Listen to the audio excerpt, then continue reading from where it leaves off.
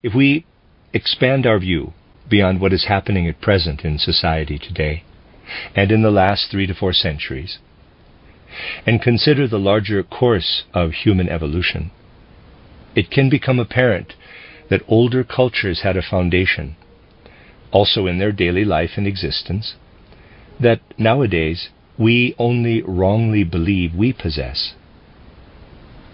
These ancient cultures, especially pagan ones, had a certain scientific character.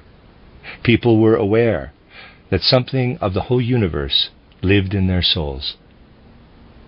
You need only think how alive still were the worlds of thought of the Greeks, their conception of the world of gods and spirits beyond mundane reality and behind the sense world. And you need only recall something that vividly entered into the daily life of those times and gave these people of ancient cultures a certain connection with the world of spirit of which they were aware. In everyday life, the people of these ancient cultures certainly knew they stood within a world that is not limited to mundane experience alone, but into which spirit beings work. Daily actions were undertaken under the promptings of spiritual powers. Thus, especially, if we look back to pagan cultures, we find a certain fundamental scientific tone, which we can describe as a cosmogony, or sense of cosmic connection. In other words, people then knew themselves to be a part of the whole cosmos, not simply lost beings that gambol about here on the earth's green grass like lambs, but connected with the whole broad span of the universe, which shaped their destiny. There is no real impetus in our civilization to create cosmic connection. We do not have a genuinely scientific way of thinking in the true sense of the word. We itemize the diverse facts of nature, and we have a conceptual framework of ideas, but not a genuine science that connects us with worlds of spirit. The science cultivated today and affecting our daily life is very impoverished compared to the powers of the world of spirit that a person in ancient times knew were pulsing through him as he acted. He had a cosmogony. He knew he was membered into the whole universe. He looked up to sun, moon, and stars not as to alien worlds, but recognized his inmost affinity with them. Thus ancient civilizations possessed a cosmogony, which our civilization has lost. A person cannot be strong in life without this.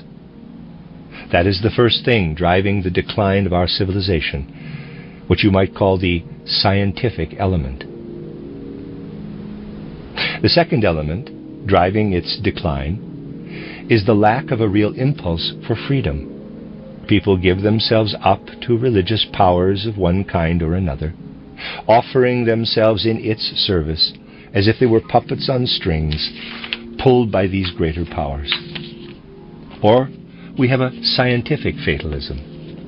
This comes to expression in a gradually developing view that everything is governed by natural necessity, or economic necessity, which allows no room for freedom of action. And the third is that our civilization is unable to produce any new impulse for true religious feeling and will, also for really altruistic action. Really, it only wants to continue to cultivate the old confessions, keep warming them up again. A strong altruistic impulse can only come from a spiritual worldview. You see, truly social dynamics depend on creating a structure in society in which one person acts in the interests of another. Can we see this happening anywhere in our civilization? The whole social order is founded on each person acting only for himself, and everything is geared to this. So, How can we progress beyond these symptoms of our civilization's decline? We can't whitewash over them. Let us look these realities in the face and avoid all illusions. Against the forces of degeneration that we have described, we must turn to something from which we can draw regenerative powers. Theories cannot help. People can invent the finest theories, the best principles, but they will get us nowhere. We will only get somewhere by invoking powers that really exist on this earth. It is absurd to attempt to correct the symptoms through mere ideas.